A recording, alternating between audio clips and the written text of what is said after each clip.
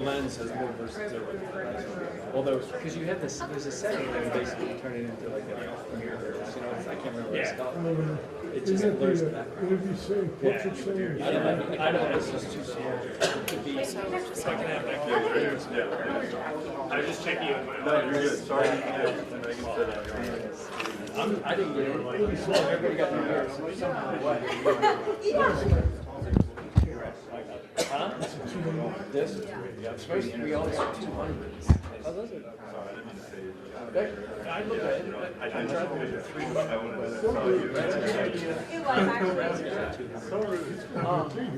It's in there. There's a different. There's a. Yeah, like, don't tell me about it. I've seen him do it so many times. I think he just shows up on the show. No, I see him with okay.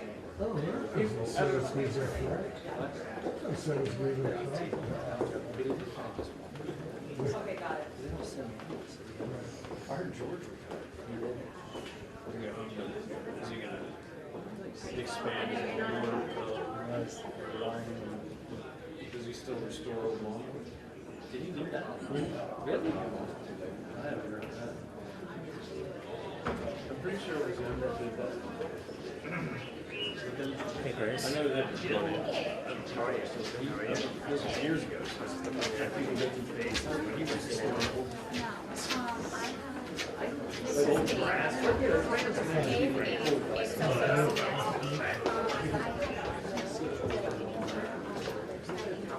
I could figure out not much yet, so maybe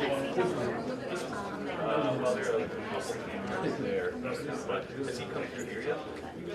He came in on the ground floor. I checked it before he left.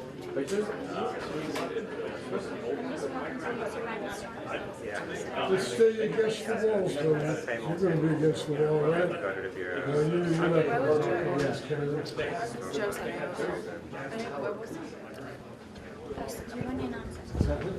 Against the wall. Against the wall. Big hole. what happened? Did we miss it?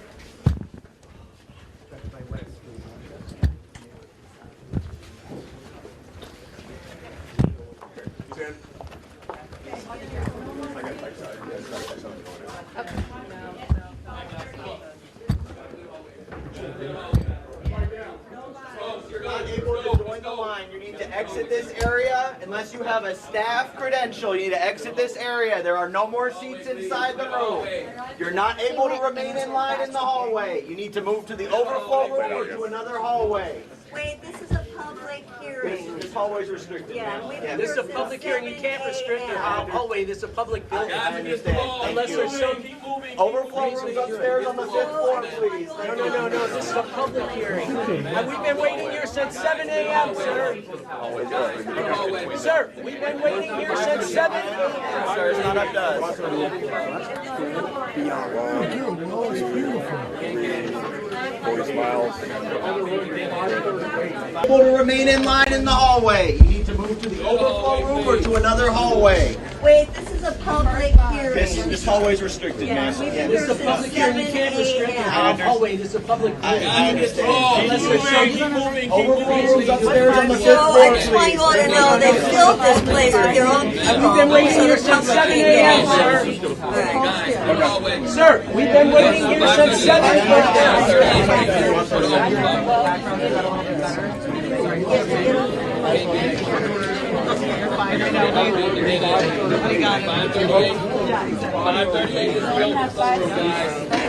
Everybody out of here, please.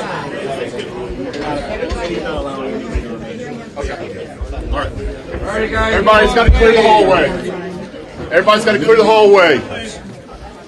The overflow room is 538. 538 for the overflow. 538. Does anybody want to catch the arrival inside? Yes. Okay, all right, we'll take you inside. You guys want to catch the arrival inside? Yes. Let her know that.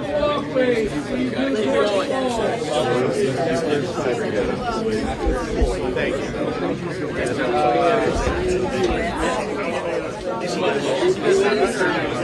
you.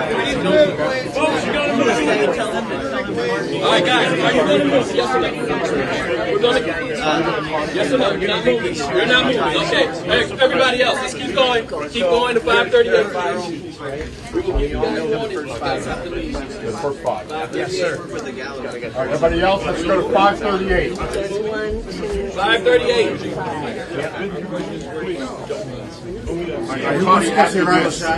It's going to be about 5. Everybody else is going to close off. So you got to go. The first 5. Where is he? First 5, right? Everybody else. Yeah, they're. I'm gonna work. He said you can go. I really want to. He said you get a line. Okay.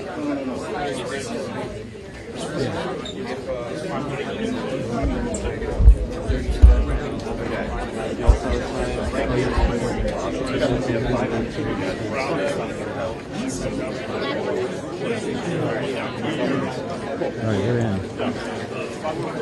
There's no one else inside, right? It's 5. All right, folks, you got to take a step back, please. Just one step back, please. Thank you. One step back. One more. Okay. Everybody else has to go to 538. That's it. That's it. It's closed. 538 is the overflow room. All you got. 538. Public hearing room. There's always people who get to stay in line in case people leave the public hearing room. The meeting isn't starting for another 15 minutes, and you're clearing the hallway? Ridiculous. Only 5, that's only seats. Hey, press, make sure you have your credentials Everybody's got to go. There might be seats. Make sure you have your credentials out displayed. Folks, this hallway is clear. Hey, you need to go in? Yeah, you guys want to go in real quick? Yeah, we have 2. We're going to do it quick. It's 2. You guys coming in? You 2?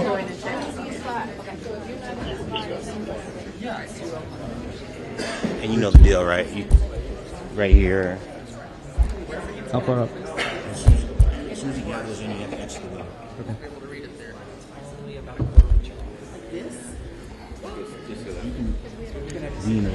No. So this is all taken. It's all very tight. It's on the side, but there has to be a path. So this around the periphery. Okay, so, but this is the line where people are coming in. So you have to be like that way or this way. 100%. If you think about it, look. So you could be right here. Just keep this egress right here, so you can kind of go around. Just hold your bag. Yes, no, I'm going to give it to my report. So they can't stand right here. This is literally where the secretary is coming in. So they're going to have to go down. Look with your eyeballs. This is the walkway. Let's work together. All right, so there's a senator coming through. You're going to have to go to the side. All right, so some suggestion over here. I'm going to make sure we're not impeding the walkway. So let's move now. So come on over there. Now you're going to have to take it away while it's sitting there. Hold on, that's a new call. Should we just get another? Yes.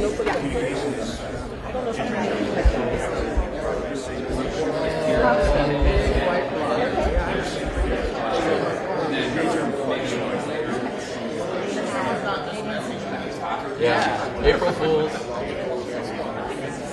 Really good. Just change it. Yeah, you're fine. Okay.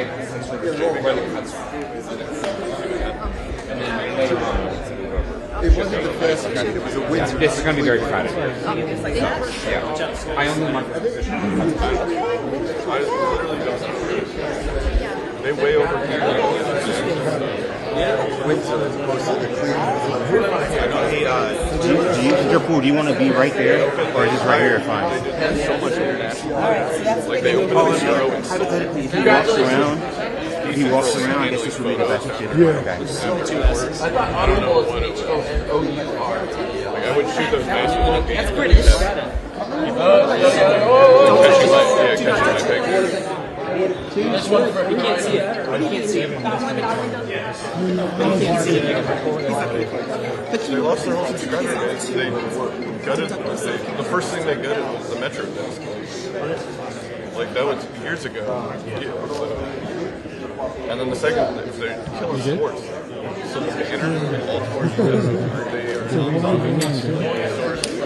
Real guy, nice shot. They have like such an sports team. Because he was like, he was smart. That's like Right? He was like, yeah. So they played it out on the court. Football in this country. It's just Like different literally restrictions. the answer to everything in America. If we can't use anything, Everything's scheduled the way they are. Like Yeah, they folded out, so it's like 6 sides. You know, This guy, like this guy, the commander's cover. Yeah, it took a few months. I never actually used it. I did the job. I never did. So we got to get above these guys. At the job. yeah, I just want to this love is a shot. It's like, it's the, love some love. oh shit, are we blocking them?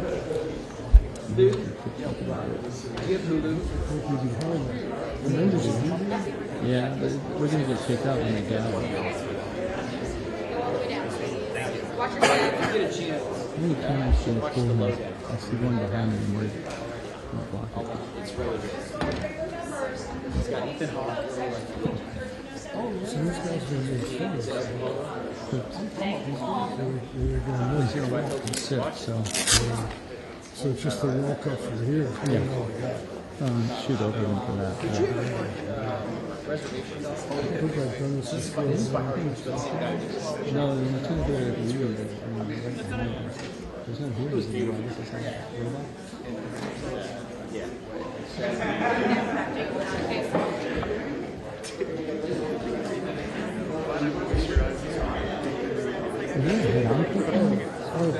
Huh? Where are you going? She told me to go. To go? Yeah, she did. Go where? Leave?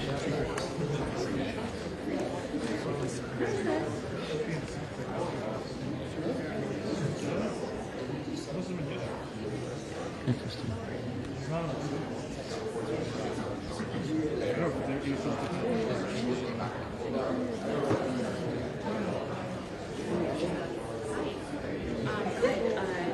Really, they're going to sue you, but that means that you're going to end up. I don't have it, whatever. I'd rather get it straight. Well, I did fine. I got laid off from the last job. And I didn't get the next thing. And then I started doing photography jobs, but I just happened to end up getting them. Oh, and then I started doing this kind of stuff. And I really always wanted to do this kind of stuff.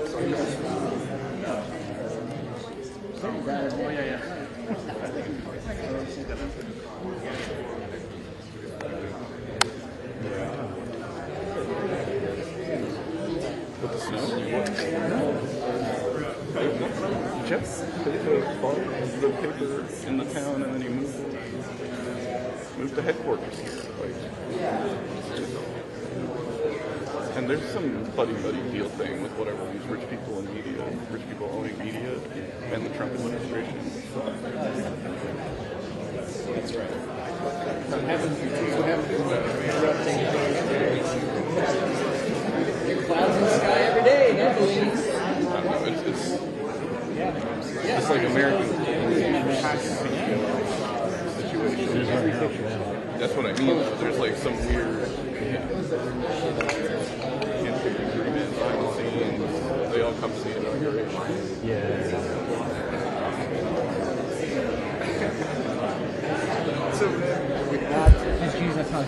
No. I was on academic probation for 8 or 9 semesters in college.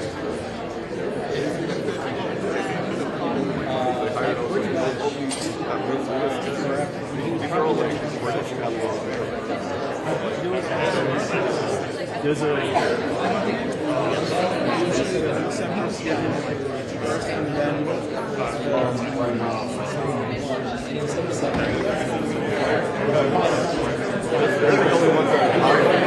They're hiring video.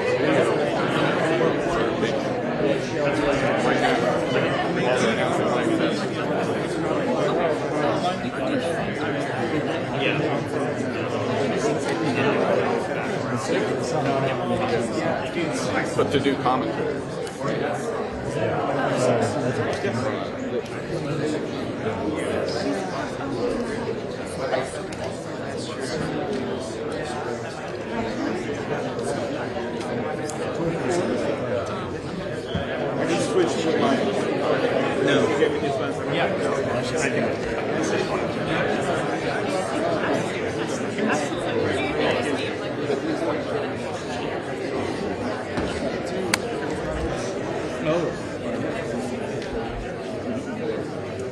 Yeah. 3,700 square feet. It's really simple. I don't know.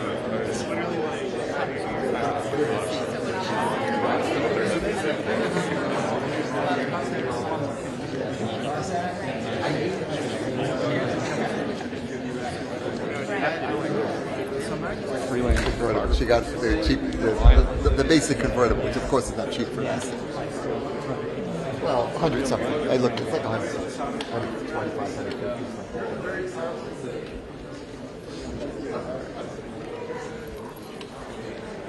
We're not next. Yeah, no, I get it. You know, And I'm not a lottery player, so those are the two other strategies.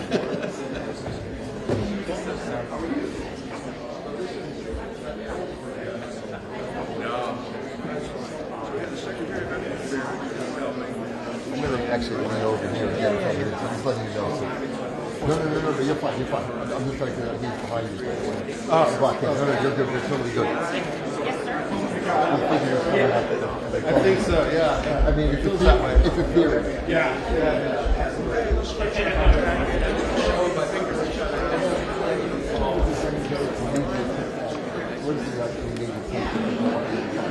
Sure.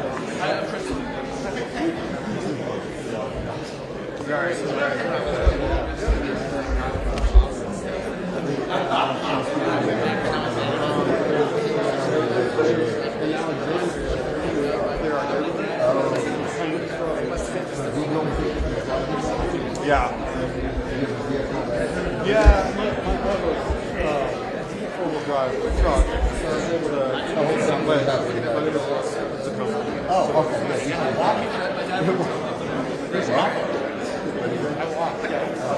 Yeah, well. I'm hungry. It's not exactly spikes. I don't know. I thought about taking like some of the unit stations, like time at base to get on and off. Oh, you look at helmet. So like, they kind of like did that. I mean, take all the. As long as you have boots or something to deal with the I have ice cream. You're an airline, you probably clothing that can deal with anything. So much more for an airline. You get clothing for like the worst possible weather outside.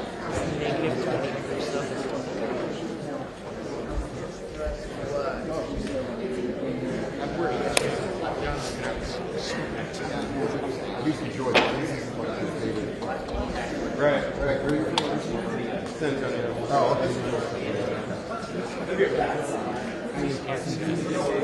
Huh? Oh, wait. It's actually from Pleasanton. Yeah. I say San Antonio because people know, people know that. I know, I say Pleasanton. The neighborhood from in Brooklyn, I used to never say the name because no one ever heard of it. So I said the name of the next neighborhood, which is Flatbush. More people heard of Flatbush. Right. If I say Pleasanton, then I have to do the explaining. Right, but not to him, not to him. Yeah, well, you have an advantage over the rest of us.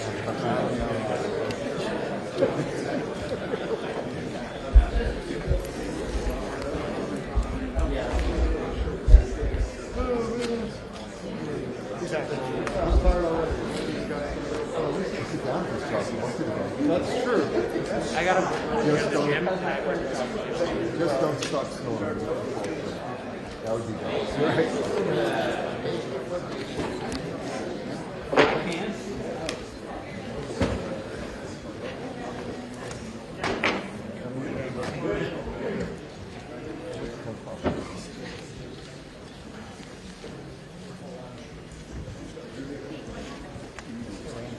Good morning. How are you?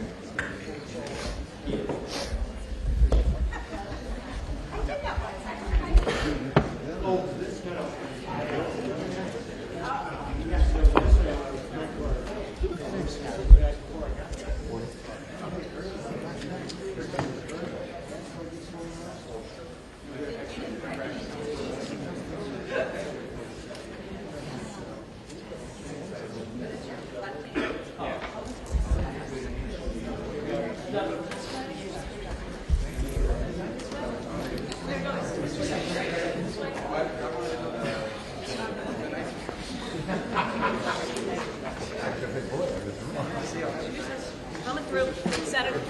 Use us. Slide that in. Thanks so much, Senator. Thanks, Senator. Thank you, Senator. All right, keep smiling. That's too close. Sorry. Okay. Oh, God, these close-ups. The last time someone did these close-ups, I looked terrible. Did you see that on that magazine? No, you always look good. All right. See you in a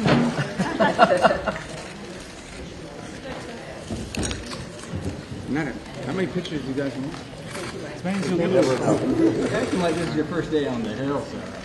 No, it's just I've never had cameras this close to my face. I got to count to 3. 1, 2, there we go.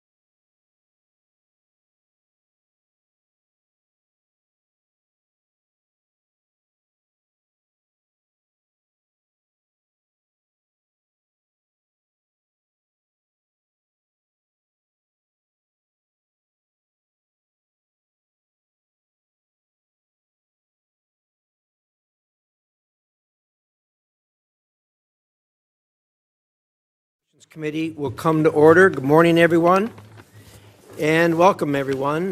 Today we have important business to do. Before I start, I will tell everyone, those of you in the audience, we're so glad to have you here. Thanks so much for coming. This is a public hearing.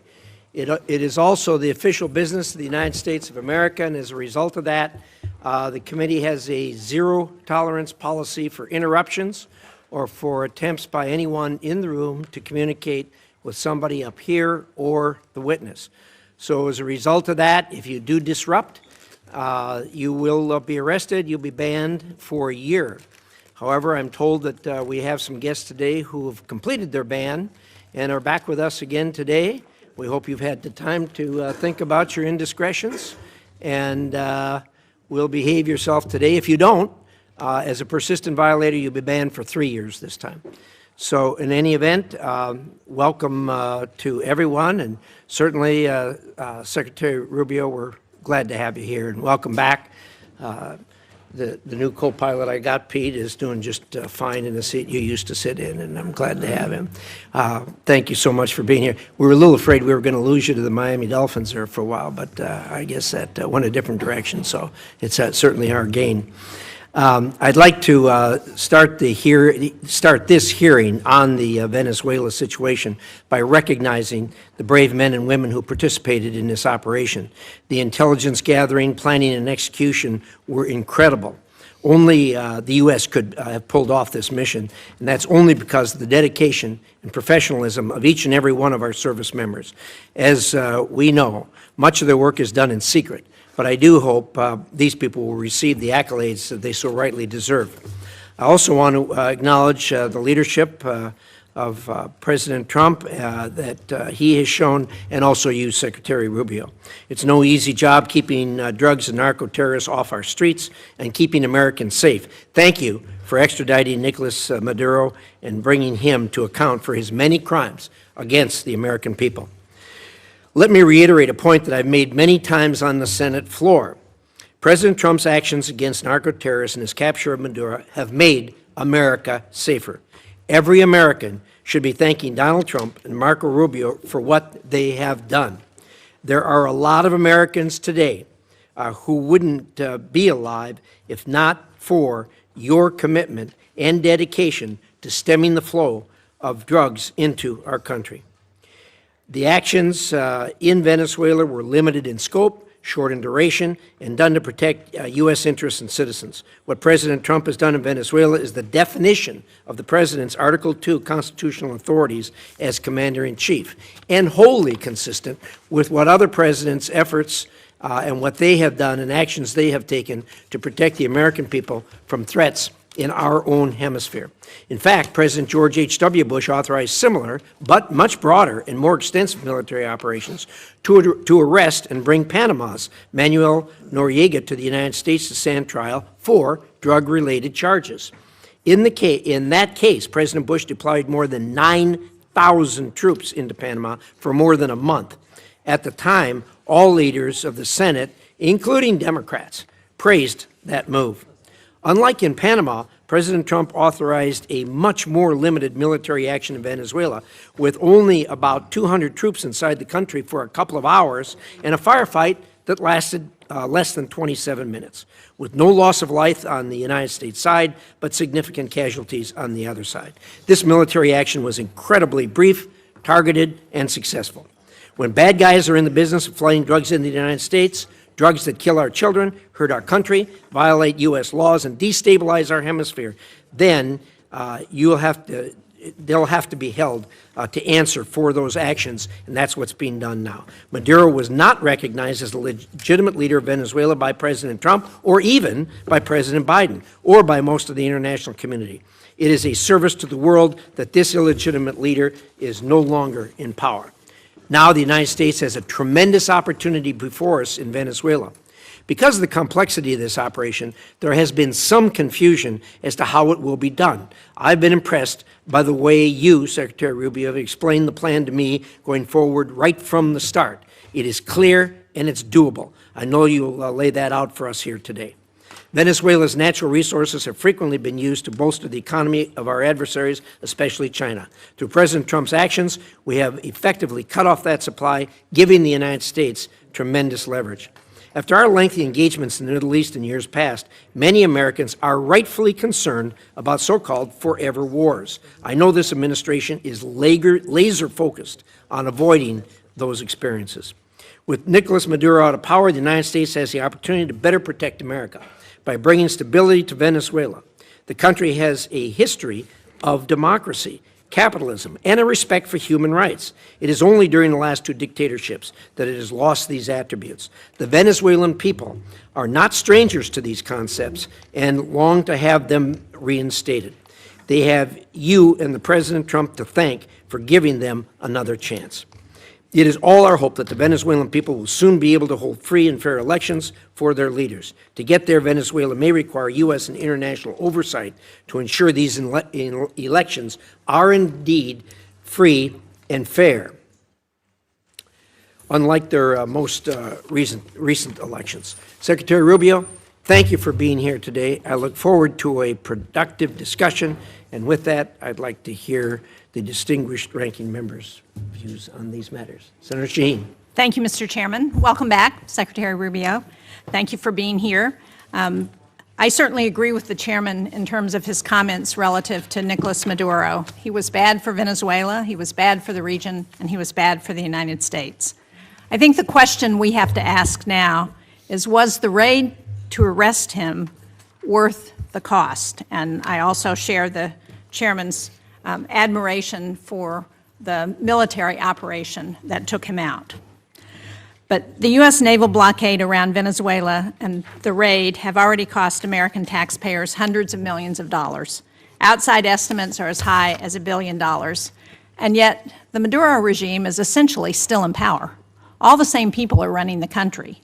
Maduro's vice president, now the interim president, has taken no steps to diminish Iran, China, or Russia's considerable influence in Venezuela, one of the reasons that has been given for the mission. Her cooperation appears tactical and temporary and not a real shift in Venezuela's alignment. In the process, we've traded one dictator for another.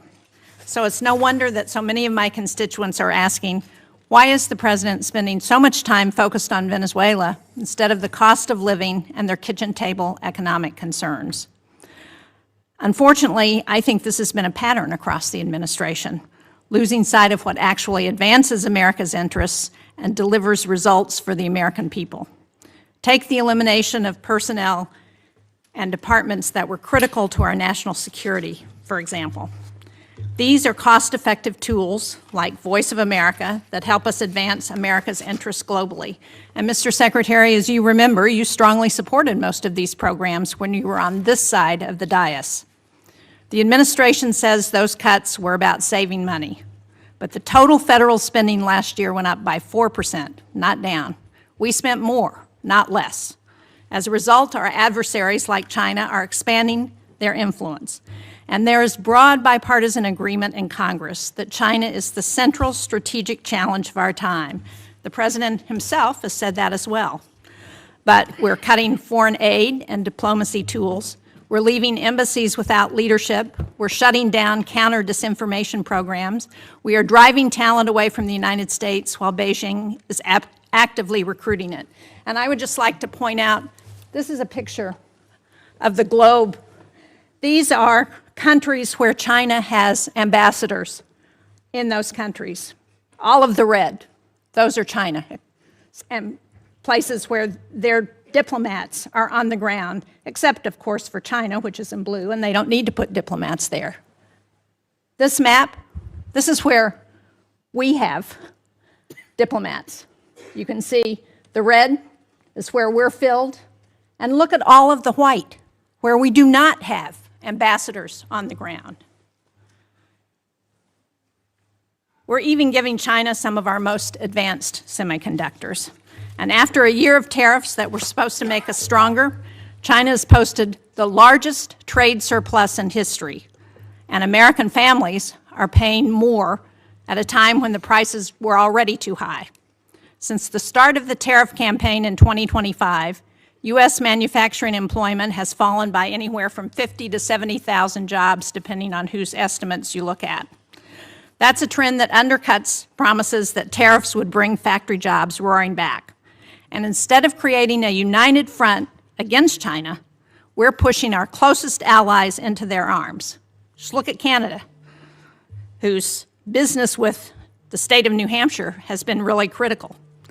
They recently cut a trade deal with China because they no longer view the United States as a reliable partner. Pushing allies away like that is not strategic competition, it is unilateral disarmament. We see the same gap between rhetoric and reality in how this administration deals with other authoritarian regimes. At a time when Iran is violently cracking down on protests, the U.S. is coming to agreements to deport Iranians in this country back to Iran. People who will fit away like that is not strategic competition, it is unilateral disarmament. We see the same gap between rhetoric and reality in how this administration deals with other authoritarian regimes. At a time when Iran is violently cracking down on protests, the U.S. is coming to agreements to deport Iranians in this country back to Iran. People who will face persecution and interrogation by Iranian security forces. And yet President Trump told the Iranian people that help was on the way. But the United States has largely stood on the sidelines as the situation has deteriorated. Americans are right in thinking that the Trump administration is tougher on our allies than on most of our adversaries. I just returned from Denmark, where I met with Danish and Greenlandic leaders. Senator Coons was also on that trip. He led it. What I heard directly is that President Trump's threats to take Greenland have shaken public confidence in the United States to the core.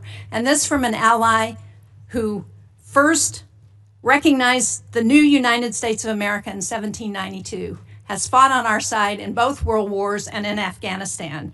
And I heard from one Danish-American woman whose son holds both citizenships and is approaching conscription age, that she's worried that her son might one day be forced to choose between the two countries that he loves.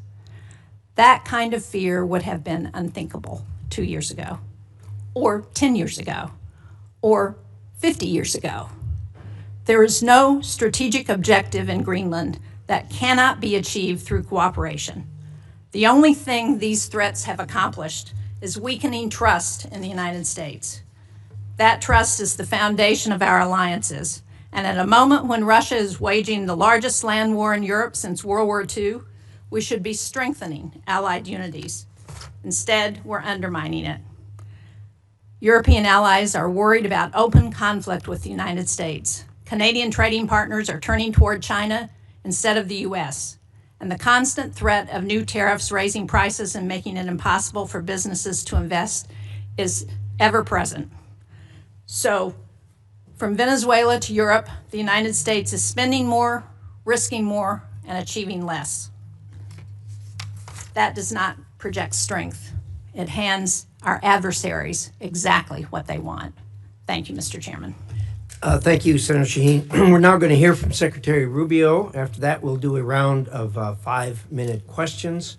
And so with that, Secretary Rubio, welcome back to the committee. Love to hear what you have to say. Thank you. I appreciate it. And I'll be brief in my opening statement so we can leave more time for questions. I've submitted a written statement, but I'm not going to use it. I'm just going to talk to you guys for a few minutes. And all right, here we go. Suspend. You know the drill. Off to jail. That's a war crime. That's a 1-year ban from the committee.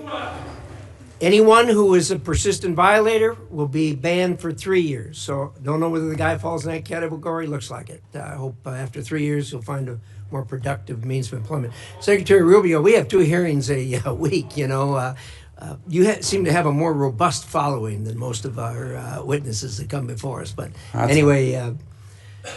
There'll be a couple more, so thank you for stopping the clock, but I appreciate it. So, and I know there's a lot of other topics you're going to ask me about, so we can talk about those, including the ones that Senator Shaheen just outlined. But let me just talk about Venezuela in particular. Please. I think we can talk, if you want. I'm sure your questions will be about what happened before and led up to in the operation. I want to focus my comments this morning on what happens now, moving forward, because you're going to ask about the going back. And let me just say this. What is our goal going in? We had in our hemisphere a regime operated by an indicted narco-trafficker that became a base of operation for virtually every competitor, adversary, and enemy in the world. It was, for Iran, their primary spot of operation in the Western Hemisphere was Venezuela. For Russia, their primary base of operation in the Western Hemisphere, along Cuba and Nicaragua, was Venezuela. In the case of China, China was receiving oil at a huge, about $20 a barrel discount. And they weren't even paying money for it. It was being used to pay down debt that they were owed. This is the oil of the people of Venezuela, and it was being given to the Chinese as barter at a $20 discount per barrel in some cases. And so you had basically 3 of our primary opponents in the world operating from our hemisphere from that spot. It was also a place where you had a narco-trafficking regime that openly cooperated with the FARC and the ELN and other drug trafficking organizations using their national territory. It was an enormous strategic risk for the United States, not halfway around the world, not in another continent, but in the hemisphere in which we all live. And it was having dramatic impacts on us, but also on Colombia and on the Caribbean basin and all sorts of other places. It was an untenable situation, and it had to be addressed. And it was addressed. And now the question becomes what happens moving forward. As I've described to you in previous settings and in individual conversations, we had 3 objectives here. The final, I'll work it backwards, because the end state here is we want to reach a phase of transition where we are left with a friendly, stable, prosperous Venezuela, and democratic, in which all elements of society are represented in free and fair elections. By the way, you can have elections. You can have elections all day. But if the opposition has no access to the media, if opposition candidates are routinely dismissed and unable to be on the ballot because the government, those aren't free and fair elections. That's the end state that we want. Free, fair, prosperous, and friendly Venezuela. We're not going to get there in 3 weeks. It's going to take some time. And so objective number 1 was stability. In the aftermath of the removal of Maduro, the concern was what happens in Venezuela. Is there civil war? Do the different factions start going at each other? Are 1 million people crossing the border into Colombia? All of that has been avoided. And one of the primary ways that it has been avoided is the ability to establish direct, honest, respectful, but very direct and honest conversations with the people who today control the elements of that nation, meaning the law enforcement, the government apparatus, etc. And one of the tools that's available to us is the fact that we have sanctions on oil. There is oil that is sanctioned that cannot move from Venezuela because of our quarantine. And so what we did is we entered into an arrangement with them. And the arrangement is this: on the oil that is sanctioned in quarantine, we will allow you to move it to market. We will allow you to move it to market at market prices, not at the discount China was getting. In return, the funds from that will be deposited into an account that we will have oversight over. And you will spend that money for the benefit of the Venezuelan people. Why was that important? Venezuela was running out of storage capacity. Okay, they were producing oil, they were drilling oil, they had nowhere to put it. They had nowhere to move it, and they were facing a fiscal crunch. They needed money in the immediacy to fund the police officer, the sanitation workers, the daily operations of government. And so we've been able to create a short-term mechanism. This is not going to be the permanent mechanism, but this is a short-term mechanism in which the needs of the Venezuelan people can be met through a process that we've created where they will submit every month a budget of this is what we need funded. We will provide for them at the front end what that money cannot be used for. And they've been very cooperative in this regard. In fact, they have pledged to use a substantial amount of those funds to purchase medicine and equipment directly from the United States. As in fact, one of the things they need is dilutin, depending how you want to pronounce it. And that basically is the light crude that you need to mix with their heavy crude in order for the oil to be able to be mixed and moved. They used to get 100% of that from Russia. They are now getting 100% of that from the United States. So we're using that short-term mechanism both to stabilize the country, but also to make sure that the oil proceeds that are currently being generated through the licenses we'll now begin to issue on the sanctioned oil goes to the benefit of the Venezuelan people, not to fund the system that existed in the past. The second is a period of recovery. And that is the phase in which you want to see a normalized oil industry. Again, look, we've got plenty of oil. There's plenty of oil all over the world. Canada produces heavy crude, so it's not like Venezuela's oil is unique in that regard, despite the fact they have the largest known reserves in the world. It's not irreplaceable. But we understand that that is the lifeline. Their natural resources are going to allow Venezuela to be stable and prosperous moving forward. And so we have created what we hope to do is transition to a mechanism that allows that to be sold in a normal way, a normal oil industry, not one dominated by cronies, not one dominated by graft and corruption. To that end, the authorities there deserve some credit. They have passed a new hydrocarbon law that basically eradicates many of the Chavez-era restrictions on private investment in the oil industry. It probably doesn't go far enough to attract sufficient investment, but it's a big step from where they were 3 weeks ago. So that's a major change. We can address some of the other components, but I'll run out of time. But one of the parts of the transition phase, or the recovery phase, is beginning to create space for different voices inside of Venezuelan politics to have an ability to speak out. Part of that is the release of political prisoners. By some estimates, up to 2,000. They are releasing them. They are releasing them probably slower than I would like them to, but they are releasing them. And in fact, you're starting to see some of the people being released beginning to speak out and participate in political life in the country. We have a long ways to go. Look, we can talk in more detail about all of these things. Suffice it to say, I'm not here to claim to you this is going to be easy or simple. I am saying that in 3.5, almost 4 weeks, we are much further along on this project than we thought we would be given the complexities of it going into it. And I recognize that it won't be easy. I mean, look, at the end of the day, we are dealing with people over there that have spent most of their lives living in a gangster paradise. So it's not going to be like from one day to the next, we're going to have this thing turn around overnight. But I think we're making good and decent progress. It is the best plan, and we are certainly better off today in Venezuela than we were 4 weeks ago.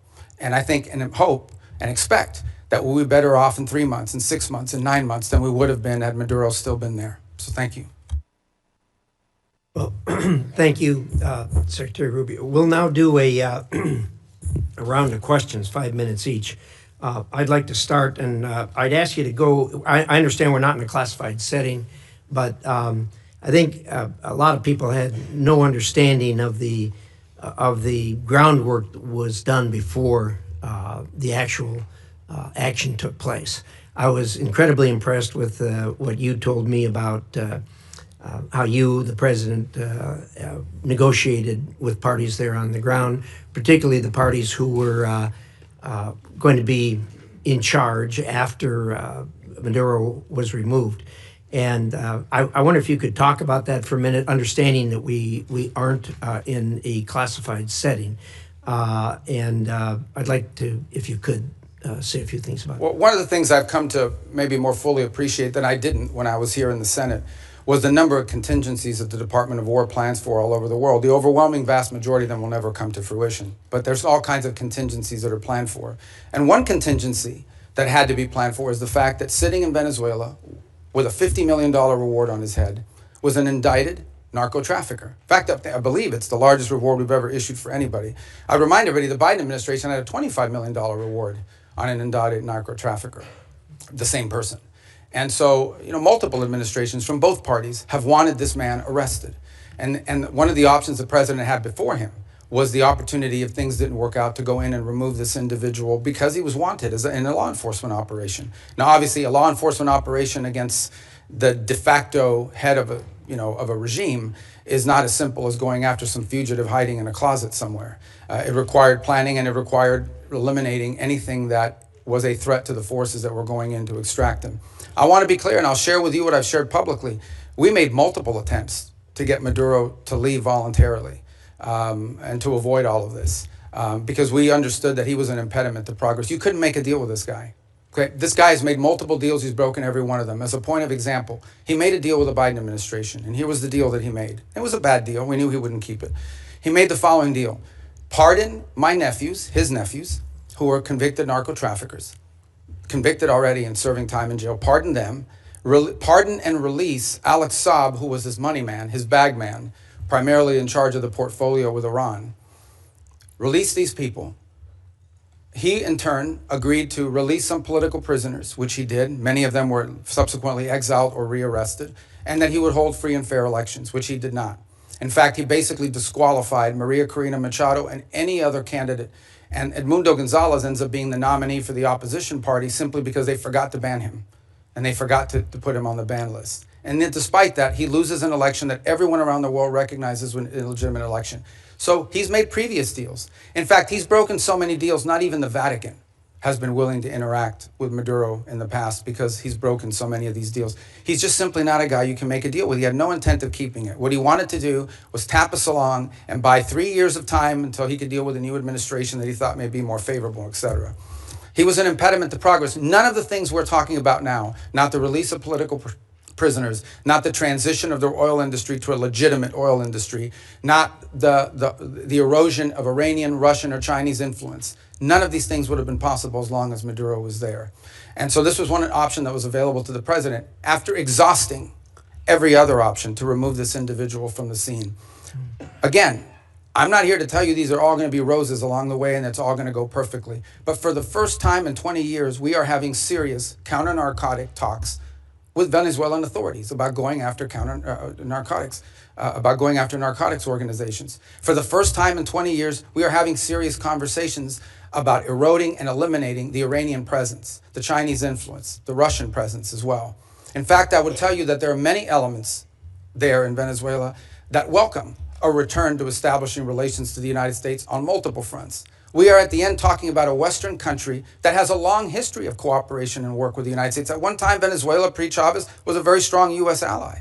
And we hope to get back to that point. We're not there. This thing still is in its infancy.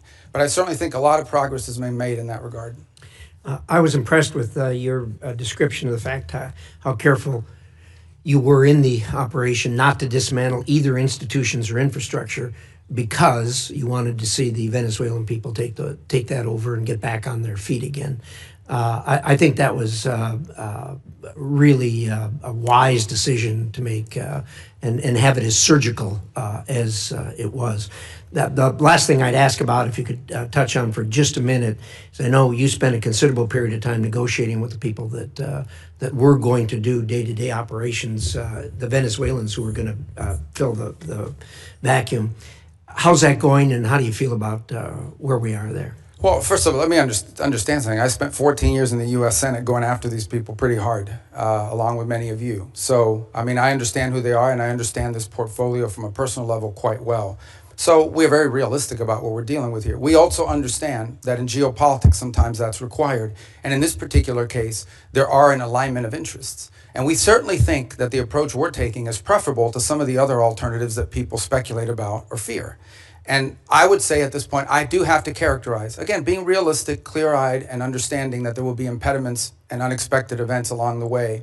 What we have found so far is cooperation, respect, dialogue, and it's not just me. As has been reported in the media, Director Radcliffe traveled to Caracas and met with leaders there and discussed important items of potential cooperation.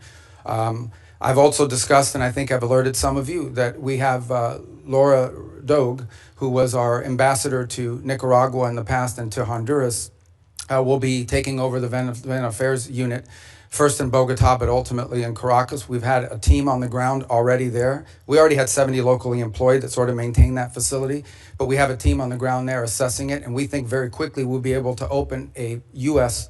diplomatic presence on the ground, which will allow us to have real-time information and interact, by the way, not just with officials in the regime and with the interim authorities, but also interact with members of civil society, the opposition. We think we're going to be much further along when we get them along the way. They've been very cooperative on that front.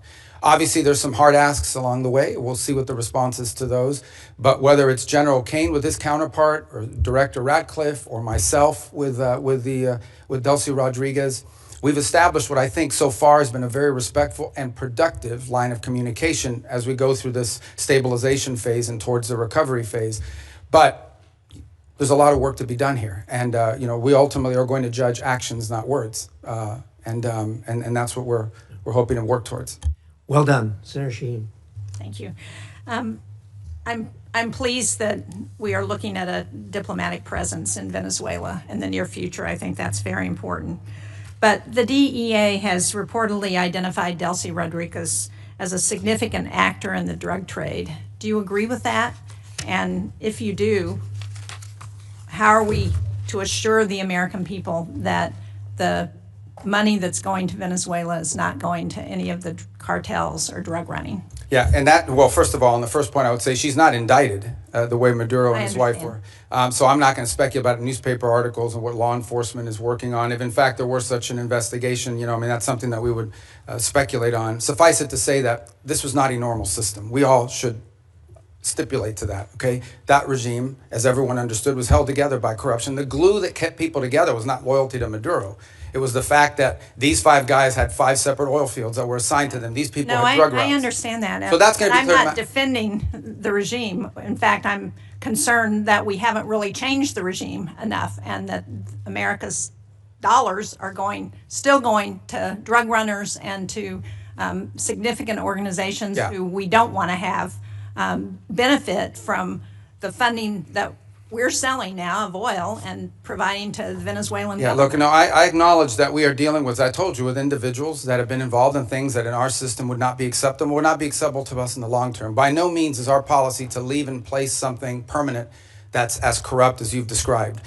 We are in the transition and stabilization phase. We are just acknowledging reality, and that is you have to work with the people that are in charge of the elements of government. Okay, but now, what are the reassure people that money is not going continuing to go to the drug cartels? Right. So that's the process that I outlined to you. So on the sanctioned oil, the oil that requires U.S. permission to move, that oil, the proceeds of that oil, which by the way is being sold at market price, not at the discount Venezuela was being forced to sell, is being deposited into an account that ultimately will become a U.S. Treasury blocked account here in the United States.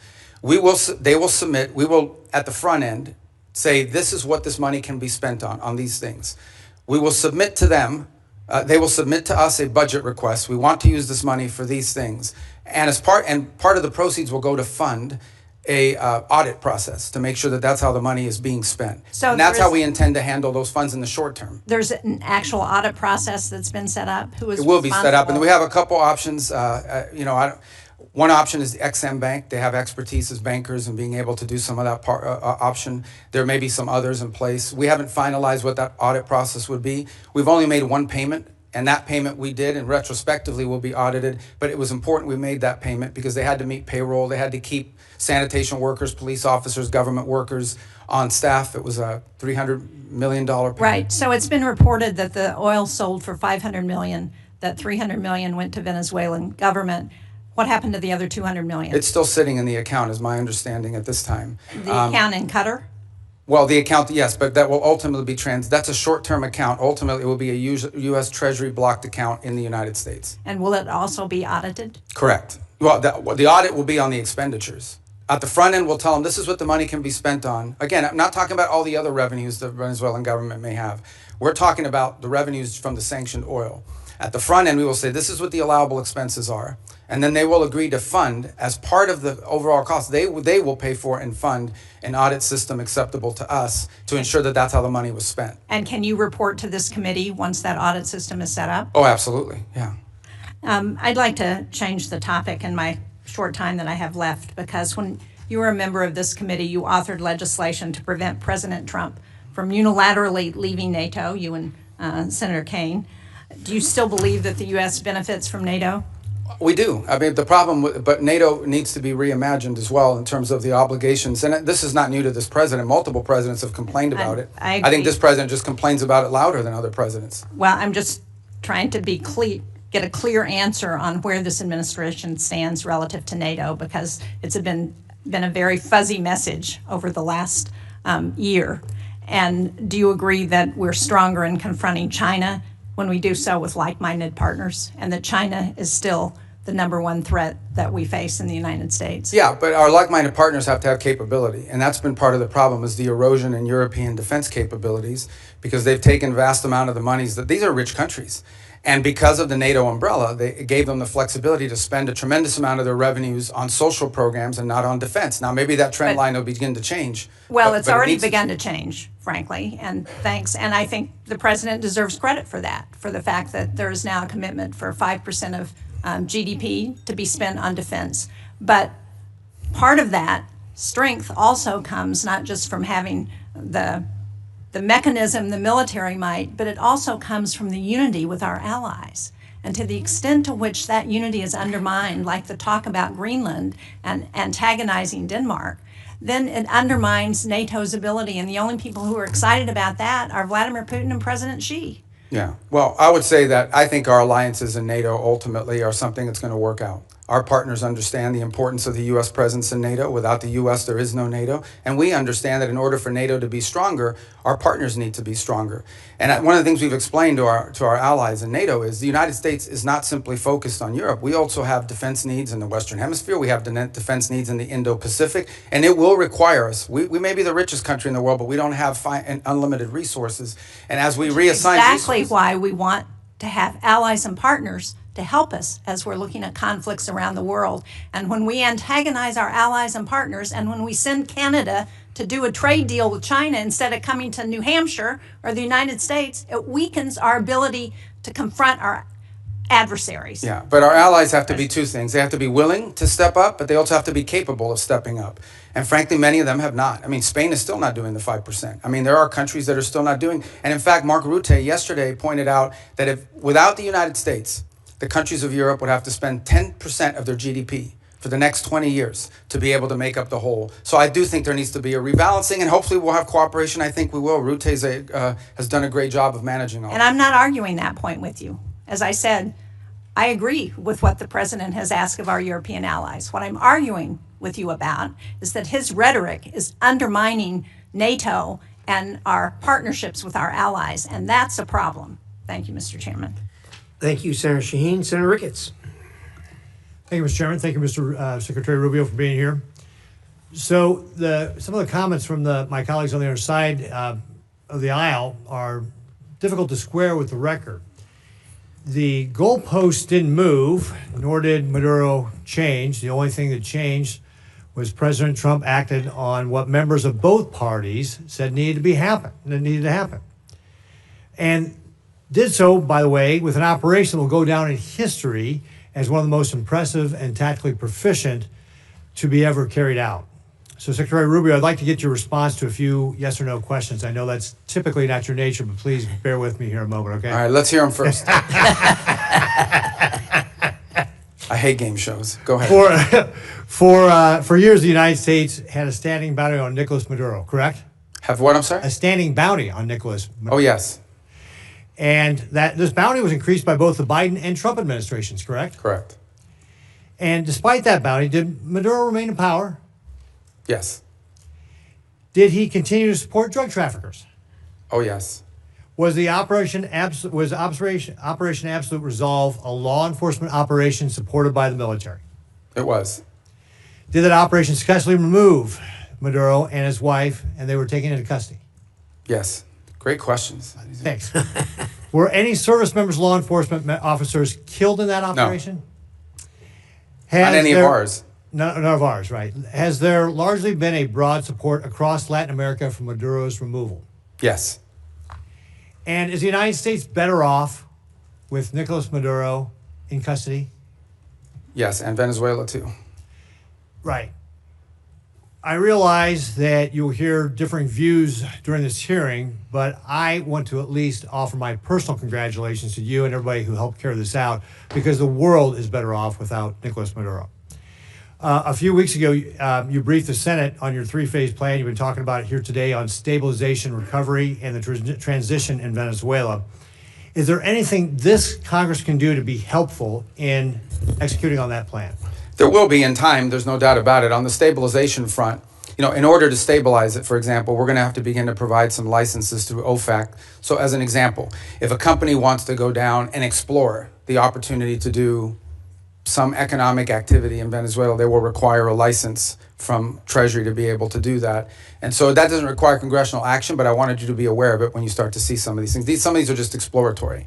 The second is, I think in time, look, Venezuela is a very wealthy country. This is not a country that's going to require money from the United States to rebuild, to stabilize, to transition. It really isn't. It has the ability to be, and it has been historically, the wealthiest country in the Western in Latin and South America, and in many cases. The problem is that the wealth of the country was being stolen. And so part of both the recovery and the transition phase is ensuring that you leave in place a prosperous, free, democratic, allied with the United States and friendly, but also prosperous Venezuela, where the resources of the country are being done responsibly, are being utilized responsibly and to the benefit of the people and their economy. So in time, I imagine we will be coming back to you with specific legislation that may be required to assist in that function. But we don't expect that this is going to require any spending on our part. On the contrary, unlike many of the other parts of the world we've gotten involved, Venezuela we're not spending any money in Venezuela right now other than whatever it costs to stand up our embassy. Let me switch gears on you a little bit. One of the common criticisms after Maduro's capture was that this would incentivize communist China to take similar actions in Taiwan. My opinion, this couldn't be further from the truth. For starters, communist China doesn't care about international law or norms. They've demonstrated that repeatedly. Just ask the Philippines. Nor does it believe in international law, even applies to Taiwan. But most importantly, Xi Jinping's calculus on whether to take kinetic action against Taiwan rests solely on whether or not he believes he will be successful or not. In this sense, the tactical proficiency displayed during Operation Absolute Resolve may have actually given Xi more pause to take than in taking action in Taiwan. Because despite its massive military buildup, the PLA continues to lack the experience so clearly on display that the United States demonstrated in Maduro's capture. And the PLA leaders that do have combat experience, like General Zhang, just got purged, or at least one of them did. So, Secretary Rubio, do you believe that the operation to take Maduro into custody will have any impact on Communist China's actions or intentions toward Taiwan? No. Look, the situation on Taiwan is a Xi legacy project that he's made very clear that that's what he intends to do. And that's going to be irrespective of anything that happens in the world. Your point, though, is well taken, and that is the U.S. in conducting this operation, I think, was certainly startling to China, to Russia, to Iran, to any adversary around the world, because the U.S. is the only country in the world that could have done this operation. Mr. Chairman, if I could just real briefly, I just mentioned General Zhang getting purged here. He was obviously a very important official in China. Can you share with us just your assessment on what that means, that Xi just purged one of these? Well, this is, I think, part of a pattern we've seen over the last few years, which is a purge of leaders in their military. They're spending a lot of money on their military, and obviously some of these guys are stealing that money, and they're trying to address that. So it's an issue internally in their system. They're obviously not sharing with us or talking to us in depth about any of that, but it's certainly something we watch with interest. Okay. Thank you, Mr. Chairman. Thank you, Senator Ricketts. Senator Coons. Thank you, Mr. Chairman. Thank you, Secretary Rubio. Good to be with you again. My basic question is, what are we doing here? What is the point? What is the goal of this hearing? How do I know? As you know well, having served on this dais alongside me for 14 years, this is an oversight hearing. And the point, the purpose of oversight is to encourage, if necessary, to compel consultation between the administration and Congress. And I just wanted to raise with you at the outset, of course, the Commander-in-Chief has, under Article 2, the power to defend the American people against an imminent threat or an incoming attack. How else could we be kept safe? But our Article 1 power requires consultation. I'll agree with all of my colleagues. Nicolas Maduro is a bad guy. He was indicted. There was a bounty on his head over several administrations. His removal, flawlessly executed by American troops, thankfully none of them hurt, did cost the lives of 75 to 100 Venezuelans and Cubans, was a dangerous and high-risk maneuver. I am glad that it ended as well as it possibly could. But the point here that I want to make first is that it was rehearsed for months. The administration had a number of contingencies it was trying to navigate through. But over the course of months, when the administration was taking strike after strike after strike against drug trafficking boats, in several instances where senior leaders of the administration briefed this committee and others, we were told that military action to remove Maduro was not on the table, that the campaign to try and deter drug trafficking was not going to include the exact military action that followed. Yet it was being rehearsed. If there was time to practice, there was time to consult. And consulting with Congress is not just some high-minded principle, not some abstract thing, not a nice to have, it's a got to have. And look, the chairman opened by saying that this was limited in scope and duration, that it was executed flawlessly, and we should all be happy about the result. That much I agree with. But our president continues to threaten Delcy Rodriguez and the remnant of the Maduro regime with military force if they don't comply. We should know, what are the policies? What is the path? What is the plan forward? You and I both know the long and painful history of wars that began and seemed to be resolved and then opened up into excruciating, expensive, years-long conflicts. In Iraq in particular, in Libya and elsewhere, things do not always go as planned. And so consultation with Congress that is truthful and forthcoming and transparent is critical. In your service in this body, you knew that, you experienced it. I was in the room as you held to account members of previous administrations for not coming forward as they should have. So look, in order to avoid our men and women in our armed forces going into harm's way, doubting whether they have the support of the Congress, consultation, hearings, and deliberations are required. I understand the risk of leaks. That's a risk every administration takes. But at the end of the day, our framers entrusted the power of the declaration of war to this body, not to the executive. And where there is the time to consult, there has to be consultation. Second, I just wanted to talk about allies and alliances. I was just in Europe. I led a bipartisan delegation, as Senator Shaheen referenced, to Denmark. And our president's comments about NATO, about Denmark, and his attempts to coerce Denmark into giving up Greenland are appalling. They profoundly harmed our security. And I am asking you to do everything you can to reinforce our commitment to NATO. I was concerned that you just said NATO needs to be reimagined. Let's just be clear about the record. You know as well as I, Article 5 has only been invoked once, and it was in defense of us after we were attacked. Danes and soldiers from almost every other NATO ally deployed and served, fought, and died. 52 days.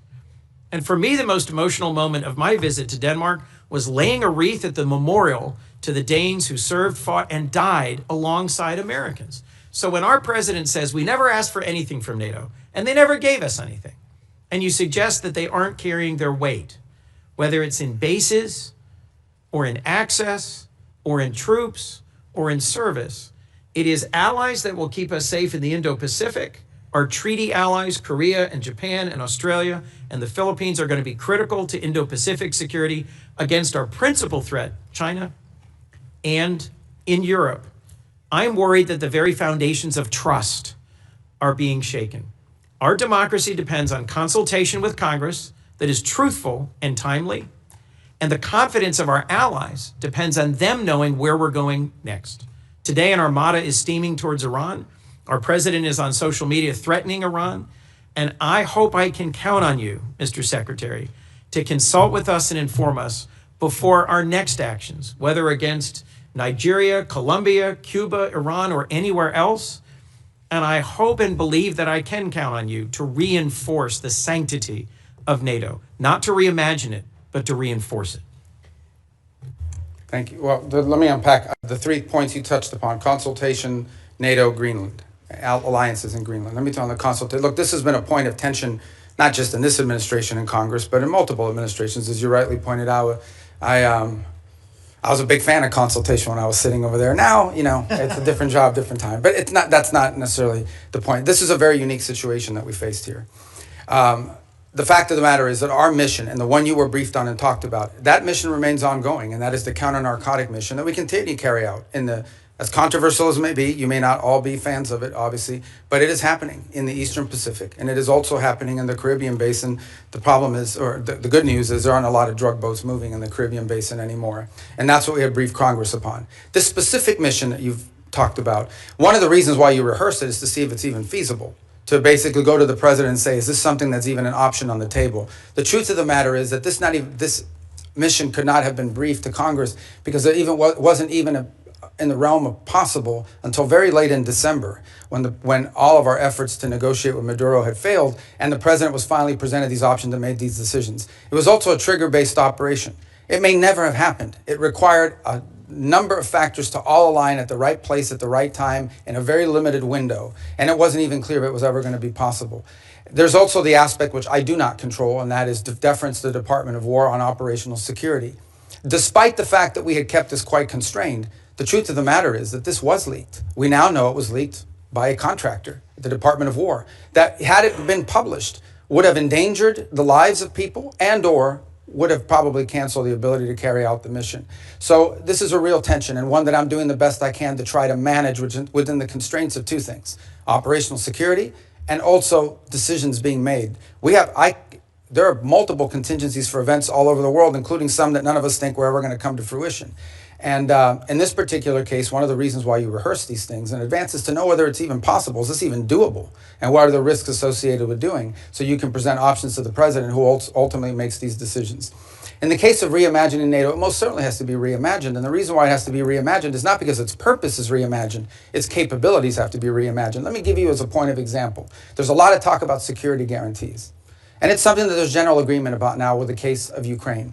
But those security guarantees basically involve the deployment of a handful of European troops, primarily French in the UK, and then a U.S. backstop. But in fact, the security guarantee is the U.S. backstop. It is not and I'm not diminishing the fact that some countries in Europe are willing to place troops in a post-war Ukraine. What I'm pointing out is that is irrelevant without the U.S. backstop. And the reason why you need such a strong U.S. backstop is because our allies and our partners have not invested enough in their own defense capabilities over the last 20 or 30 years. Now, hopefully that's going to change. Hopefully that is changing. And in some cases and in some particular countries, it's already changed. But this is a fact that we cannot ignore. NATO is going to be stronger if our allies are more capable, especially, and here's the reality, whether we want to accept it or not, we have interests all over the world. We have interests in the Middle East, we have interests in the Western Hemisphere, and we most certainly have interests in the Indo-Pacific. A number of you have already pointed out that China is the chief challenge. We can't have the same soldiers or the same ships in both Europe and in the Indo-Pacific. We have to pick. No matter how many ships we build, no matter how many capabilities we grow, we're going to have to make these adjustments. And the stronger our partners are in NATO, the more flexibility the United States will have to secure our interests in different parts of the world. That's not an abandonment of NATO. That is a reality of the 21st century and the world that's changing now. In the case of Greenland, I'll say we're in a good place right now. We had excellent meetings with the Secretary General of NATO. In fact, even as I speak to you now, there'll be some technical level meetings between us and our partners in Greenland and Denmark on this issue. And I think we have in place a process that's going to bring us to a good outcome for everybody. The president's interest on Greenland has been clear. It's a national security interest. It's a long-standing interest that predate this administration. It's one that our allies acknowledge is real. I think we're going to get something positive done. We're going to begin that process in a very professional, straightforward way. It begins today, and it'll be a regular process. We're going to try to do it in a way that isn't like a media circus every time these conversations happen, because we think that creates more flexibility on both sides to arrive at a positive outcome. And I think we're going to get there. And I thought it was noteworthy and important that despite your concerns, the president at his speech in Davos made very clear that the United States was not going to use force or military force in Greenland. So I think we're going to wind up in a good place. We got a little bit of work to do, but I think we're going to wind up in a good place. And I think you'll hear the same from our colleagues in Europe very shortly. Mr. Secretary, the Gang of Eight has never leaked. Senator, it is critical that you consult with Congress. For us to be safe, our allies have to trust us. And for this committee to do our work, we have to trust you. Let's work together to restore that. Thank you, Senator Coons. Senator McCormick. Mr. Secretary, thank you for being here. Defending American interests in the face of Russian, Iranian, and Chinese encroachment in the Western Hemisphere is a key to the Trump corollary of the Monroe Doctrine. But Venezuela's new interim leader, in her public commentary at least, defends their ties to Russia, Iran, and the PRC, and had said this week had enough of U.S. interference. So beyond the oil leverage, which you talked about in your testimony, what steps is the administration taking to demand from the interim government to put incentives in place to ensure that they prevent malign actors, foreign terror organizations, and so forth from continuing to have influence and safe haven in Venezuela? Yeah, it's too, I mean, yes, there's leverage. And I wouldn't just say oil. I think anything that's sanctioned in Venezuela, will, in order for them to normalize it, will require cooperation with the United States. But it's not just leverage, it's also their national interest. It's an alignment of their interest. The truth of the matter is that the United States will be a far better partner for a future Venezuelan government that's free and democratic, and even for the current authorities, than some of the partners they've signed up with now. Frankly, we think it's not in Venezuela's interest to have an Iranian presence or the sale of Iranian weaponry or anything like that into their country. So I think there's alignment there. We think and can argue that some of these criminal elements, which they've allowed to act with impunity in parts of their country, is a deal with the devil. In the short term, it provided revenues to some corrupt regime officials, but in the long term has created real destabilization, not for just them, by the way, but also for Colombia. Just understand something. The FARC dissidents and the ELN operate with impunity from Venezuelan territory. They control Venezuelan territory. Yeah. And some of that was through deals with individuals aligned with the regime because they made money off of that. But we don't think that that's in the long-term interest. Do they agree? And what's been expressed to us by leaders of the interim authorities is that they agree. And now we're going to test it. Despite the public commentary, there's a recognition, you think, and progress. Look, we all have politics. Yeah. Even in places like that. Suffice it to say what I've said from the very beginning, and that is we are going to judge based on actions, not words. And that's going both ways. You can tell us you're going to do all these great things. If you don't do them, you didn't do them. Or you can say, I'm not going to do these great things, but if you do them, you did them. Good. And I think we can point to some things now that show you, just as an example. Think about it. Within 2.5 weeks of Maduro's removal, they passed reforms to the hydrocarbon laws, which basically roll back many of the Chavez-era restrictions on private ownership and investment in their country. It doesn't go far enough. It probably needs to do more, but that's extraordinary. That never would have happened 2 or 3 weeks ago. It certainly wouldn't have happened if Maduro was still there. So I think these are signs of progress. Do they still have political prisoners? They do. But many are increasingly being released every single day, and some are actually being released and beginning to speak out again. And we're going to watch very closely how they're treated and how that happens, because that'll be part of how we judge them and their actions. You not touched words. on my second question, which is this long history of a very sordid history for outside investors coming into Venezuela. And the president and you had a meeting with our energy leaders in the Oval Office to talk about the opportunity to invest. And there was, worries about the safety of investing. What steps beyond what you just described in terms of the hydrocarbon law, security guarantees for workers, any sorts of a certainty that investors are gaining, which is going to allow them to have the confidence to move on the opportunities of Venezuela? Yeah, I mean, the first step is some of these investors or potential investors need to get a license from OFAC to be able to even explore this. Then they need to be able to go down there and meet with people and see what's happening and make that determination. Here's what I would say. Venezuela has a lot of oil. They do. But there's a lot of oil in other places too. Companies are only going to invest somewhere if they know we're going to invest, we're going to make our money back with a profit, and our land isn't going to be taken from us. And if you try to, there's a court we can go to and contracts we can enforce. That's the level of certainty that we're talking in terms of security. And that's part of this transition process. That's part of this recovery process, is to normalize their industry. Because if not, they'll just invest the money in Guyana or they'll just invest the money in some other part of the world that has oil. They're not going to risk it. So it's to their benefit to have set up a normal, transparent process that encourages foreign investment, not just in oil, by the way, and other natural resources, but in other sectors of their economy. I mean, it's unlimited, whether it's retail, whether it's banking. I mean, a country that's prosperous and generating economic activity holds the promise of all sorts of economic I'm going activity. to try to squeeze in one more question, if Yeah. I could, just in my remaining seconds. Just very briefly, we've heard such differing accounts, and the president has spoken strongly, you have as well, on the deaths in Iran and the horrible atrocities that are being committed. Can you give us some sense of, we see reports of thousands, tens of thousands. What's the State Department's best estimate of what's happened on the ground? Well, I don't, in the thousands for certain. And look, I think regimes, including that one in Iran, have learned that when you start shooting people in the head with snipers, it's effective. I mean, it works, and they've done it, and it's horrifying. And that's what we've seen.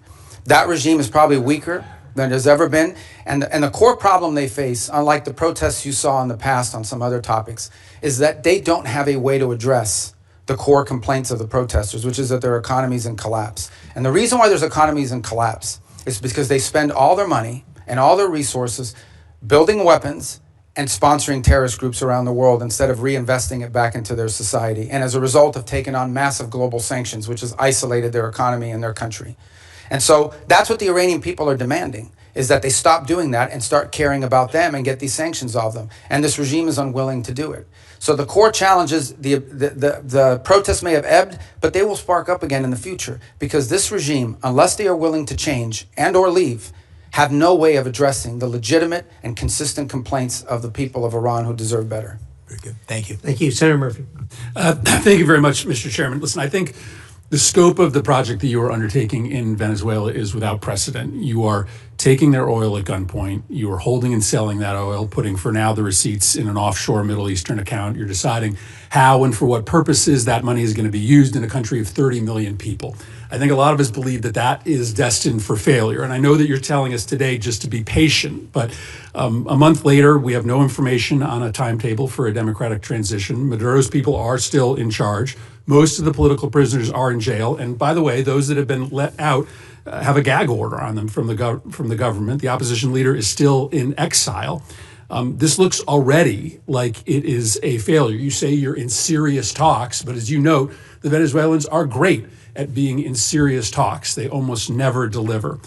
So I'm just going to give you my three questions and hope that you'll answer them, because I do think we want to try to understand how to judge the efficacy of this as time goes on, because I worry you won't be back before this committee anytime soon, and to understand whether this is just facilitating corruption, both in Venezuela and here at home. So here are my three questions. First, reports are that you've given no-bid licenses to two companies to sell Venezuela's oil. One of them is a massive donor to the president. To many Americans, that reeks. And so my question is, can you commit that partners for future sales are going to be chosen through a fair, open selection process? Second, if Delcy Rodriguez, who is an unelected leader, the head of Maduro's torture operation, is still in power 6 months from now, does that mean that your policy is a success or failure? How do we judge when we've had enough of Rodriguez? And third, in your testimony, you reserved the right to use force again in the future if the Venezuelan government isn't complying with your requests. So if, for instance, they refuse to give you access to the oil in the future, if they said, we're just going to keep it for ourselves, would this cause you to consider military action? And do you concede that if you're using military action simply to try to compel cooperation from the government, you absolutely need congressional authorization for that? So if you can answer those three questions. So the first question was about the trading companies. The second is about Delcy still in power 6 months from now. 6 months from now. And the third is on the use of force. Yes. Okay. On the first one, the two traders. So here's the problem we faced. The problem we face in the short term is they had no place to put oil.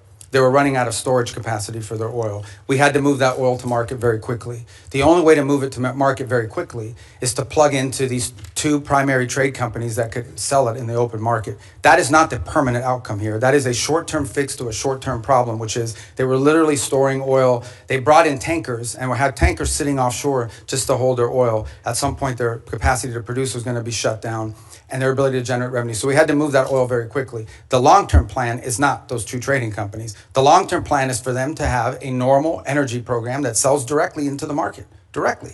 To refineries and to companies that are exploiting and exploring it. For example, Chevron has operations there that never stopped. They seek to expand those operations. They don't need those trading companies. So those trading companies were a short-term fix for a very acute problem because we wanted to prevent societal collapse because they had no money for revenue. On the second point about her being still in power, look, let me say this, a couple things. This is not unprecedented. I can point to a number of places, Spain, Paraguay, 2 examples of places in which there was a transition, you know, from an autocratic regime to a democratic regime, and it took time. I can't give you a timeline of how long it takes. It can't take forever. It can't, it's not even been 4 weeks since Maduro was reduced. A year, two Well, I think years? we need to be, let me put it to you this way, we need to be much further along 6 months from now, even 3 months from now. That may not be satisfactory to you, but I'm saying we have to be much further along 3, 4, 5 months. 3 or 4, 5 months from now cannot look like what today looks like. And I think there's acknowledgement on both sides of that. I can probably give you a better answer, and this is not deflecting, when we finally have people on the ground like the ambassador and the team around her on a daily basis that are interacting. Because one thing is for me to pick up the phone and talk to Delcy Rodriguez 3 times a week. Another thing is to have someone on the ground on a daily basis that's following these events, is talking to civil society, but also engaging with interim authorities. But the fact of the matter is that, yes, we want to see quick progress. As you said, it's unprecedented, okay? All I'm saying to you is, before this was stagnant. Before this, we had spent 14 years, you were involved in some of those efforts, 14 years trying to change the dynamic in Venezuela. 13, 12, 11, 10, it was a big part of my career in the Senate was spent on this. This is the first time in over a decade that we see even the glimmer of an opportunity to change conditions. A lot of that will depend on us, but a lot of that will depend on them. And it also will depend on the rest of Venezuelan society. How quickly can we get all these Venezuelans that want to go back to Venezuela and participate in civic and economic life back to Venezuela? That's going to be critical here. We recognize that. So yes, we have to be much further along in 6 months. We expect to be further along. And if we're not, I'll tell you, we'll tell you.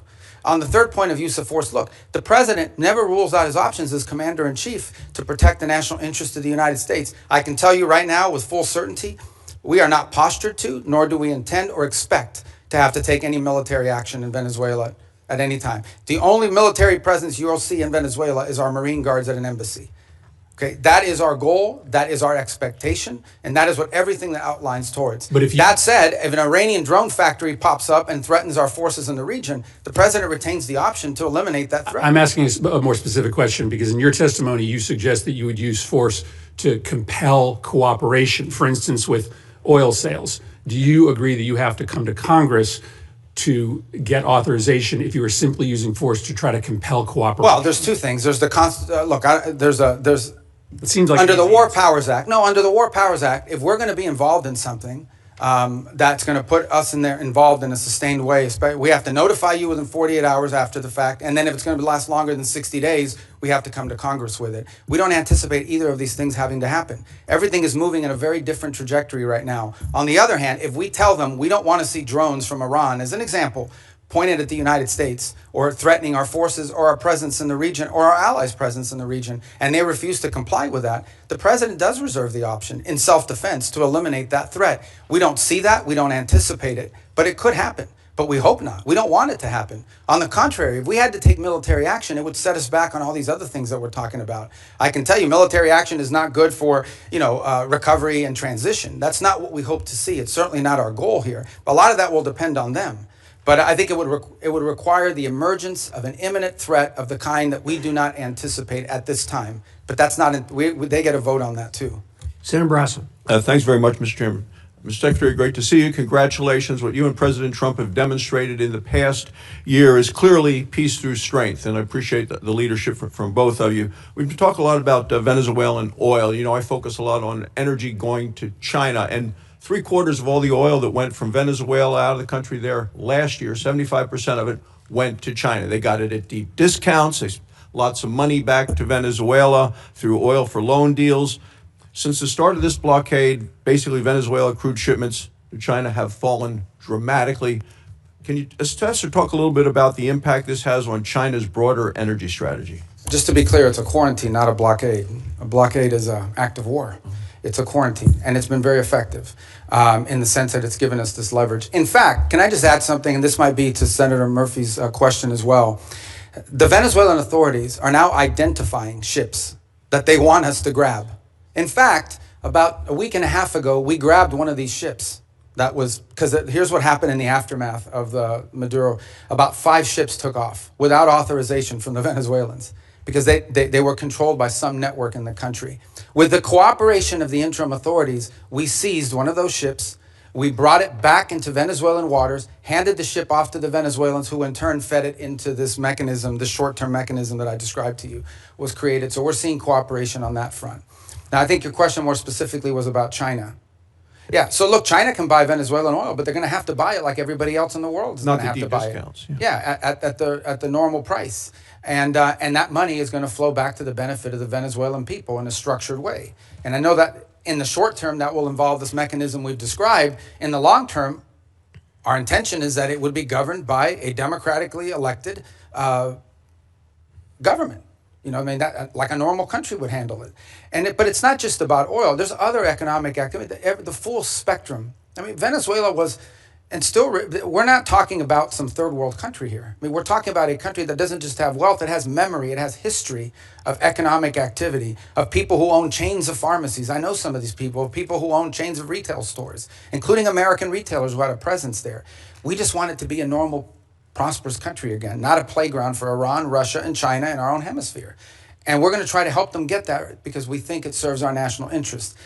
That will require actions on our part, not money, but ultimately that will require them. This is ultimately going to be on the Venezuelan people and Venezuelan society and Venezuelan leaders to make this happen. We're going to be there to help and assist and create the parameters for it, and we feel like we're making really good progress. If we make as much progress over the next 4 weeks as we've made in the last 3.5 weeks, I'll feel very good about that. If it slows down or it gets complicated, I'll certainly let you know. But our anticipation is that we're going to be able to continue to work cooperatively with them because it's in their interest and ours. But I will point out to this, after this operation happened, look at the people who criticized it.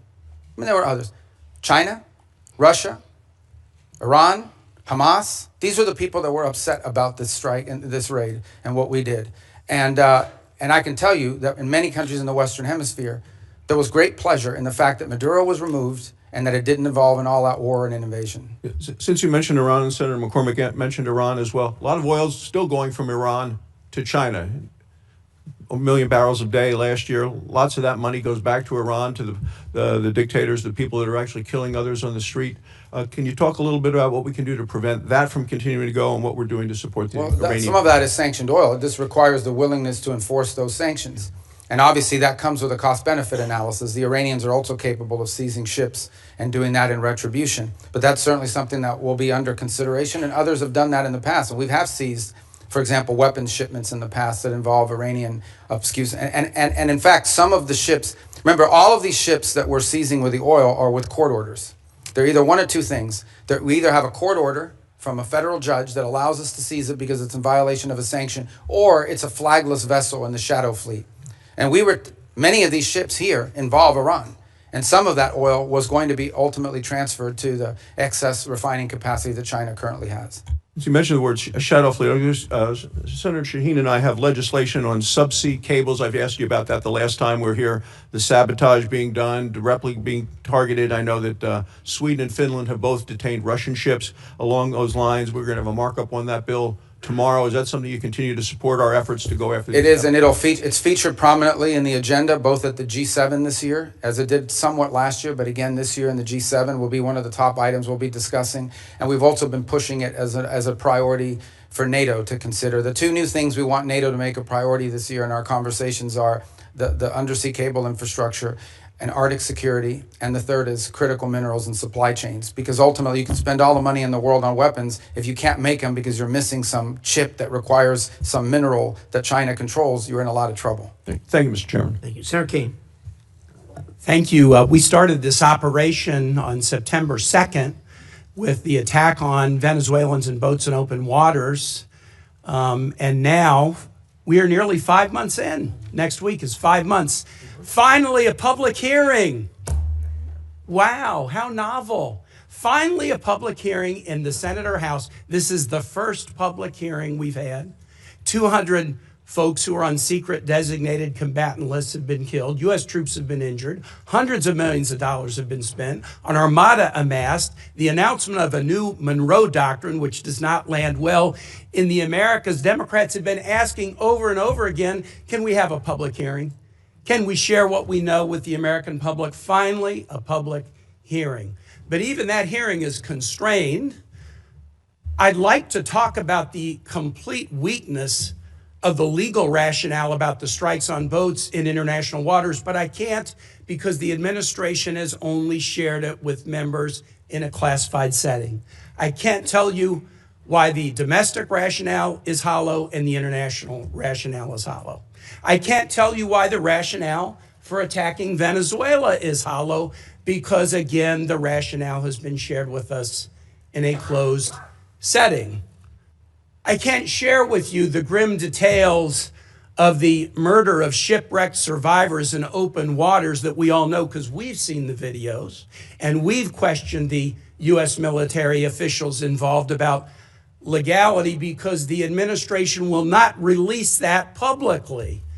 They released the boat strike videos publicly, but they hid the second strike that killed struggling shipwrecked survivors, even from Congress, for nearly 3 months, but I can't really talk to you about it. I can't talk to you about the weakness of the targeting criteria being used to attack boats in the Caribbean and Pacific. I would encourage any colleague, if you have not, go to the classified setting and ask for a briefing on each strike and ask this question: what was the evidence that there were narcotics on that craft? You will be very surprised if you ask that question about every strike. And so even in this first public hearing, 5 months in, there's a lot we can't talk about. If it was such a righteous operation, why is the administration and the majority in this Senate so jealously protecting the details about it from being revealed to the American public? I have Virginians deployed in this operation. I can't answer their families' questions. Thank God we're having a public hearing 5 months in. This is supposed to be the greatest deliberative body in the world. Mr. Secretary, who won the July 2024 Venezuelan presidential election? Oh, I think the whole world would acknowledge it was Edmundo Gonzalez. Who lost that election? Maduro. And his vice president, Delcy Rodriguez. Now, you have made the decision, the administration has made the decision in the aftermath of the attack that Delcy Rodriguez should be leading the country. Let me read something that President Trump said about her on January 14 about Delcy Rodriguez, who lost the election with Maduro. We just had a great conversation today, and she's a terrific person. I mean, she's somebody that we have worked with very well. Let me tell you what Delcy Rodriguez said the day after Venezuela was attacked. Governments around the world are simply shocked that the Bolivarian Republic of Venezuela is the victim and target of an attack of this nature, which undoubtedly has Zionist undertones. What the hell did Delcy Rodriguez mean when she said this attack had Zionist undertones? I'm assuming you have no idea. Oh, I have an idea what she meant. I mean, what's the question? What does she mean when she says this attack has Zionist undertones? Look, I'd have to answer, but let me understand in a broader context. No one here is telling you that this is what we want to see in the long term. Okay. This is not a campaign to leave in place the system that's currently in place. Let me switch. But we either but I mean, the criticism of us is... All right, go ahead. No, go ahead. I'm ready to switch now to talk about somebody that you know you raised well. An important point. If I can get back to it, I will. You know well and you respect well Maria Corina Machado. Here's what President Trump said about her. Won the Nobel Prize in the aftermath of the attack on Venezuela.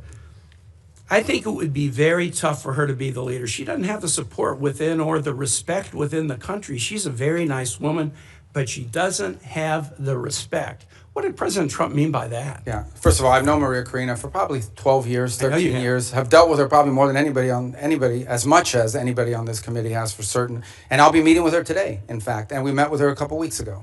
So here's the reality, though, and I think what the president was pointing to. And I think Maria Corina would acknowledge this. I talked to her last week. Well, She's very disappointed in those comments, and so are Venezuelans in my state. Okay, well, she didn't share that with me or with us, but I would sell this to you.